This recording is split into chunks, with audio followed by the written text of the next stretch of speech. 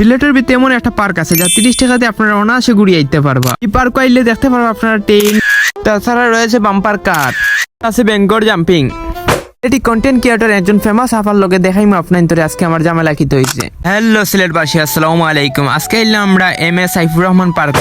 ঈদের বাদে যে অত মানুষের ভিড় হইব আমার কল্পনার বাইরে। আর এই জায়গা তাইয়া কিতা হইছে সমস্যা আপনার তোরে কইম আজকের ওই ভিডিও। ইয়া যে অত মানুষের ভিড় জামেলাত পড়মু যে আমি কল্পনার বাইরে আসলো, কারণ মানুষ তারা বাড়াইতো আসলো নিয়মে। 1 ঘন্টা পরে পাইলাম আমরা টিকিট, আর এই টিকিটের মূল্য হইলো মাত্র 30 টাকা। পরে এত মানুষ হইব যে আমার কল্পনার বাইরে, যার কারণে ভিড়টা টেক খাইয়া আমি এখন টিকিট দিলাম, যার কারণে ভিতরে প্রবেশ করবো। ভিতরে ঢুকিয়াও যে অবস্থা দেখি মাথার উপরে দিয়ে ট্রেন চলে। আমি তো দেখিয়া কই বাংলাদেশ কিতা উন্নত হয়ে গেছে না কিতা বাদে দেখি তো হতার ট্রেন এটা পার করতে এত সৌন্দর্য দেখি আমি বাপ্পারা জল লাগানো একটা কাটিং করলাম। সেটা ইয়া তো আর হইতো না আমার। পরে দেখি আয়নাগরের বাইনা দিয়া 1992 ট্রেন চলে, দেখিয়া তো আমি হতাশ। ট্রেন দেখে আমার হিটলারের একটা ছবির কথা মনে হয়ে গেল। পরে দেখি টিকটক আর ফেসবুকে একটা ফেমাস আফারে, তাই তো আমার পুরো ইনসাইট করিয়া পুরো আমি সে আমার ডায়লগ দিয়ে আমার মাথা গরম করাই ফেলাই, যার কারণে আমি স্পিড ক্যান খাইলাম। মানুষের 4-5 মিলিয়ন ইয়া লেমন বাপ বাড়ি যাই যেন আসমানও গেছেন কি তাই। ইবাইতে আমার চোখ পড়ে গেল বেঙ্গল খান, মানুষের টেকাতে কিনিয়া যে অত খান চলে আর অত খান কষ্ট করিয়া। যাই হোক গাই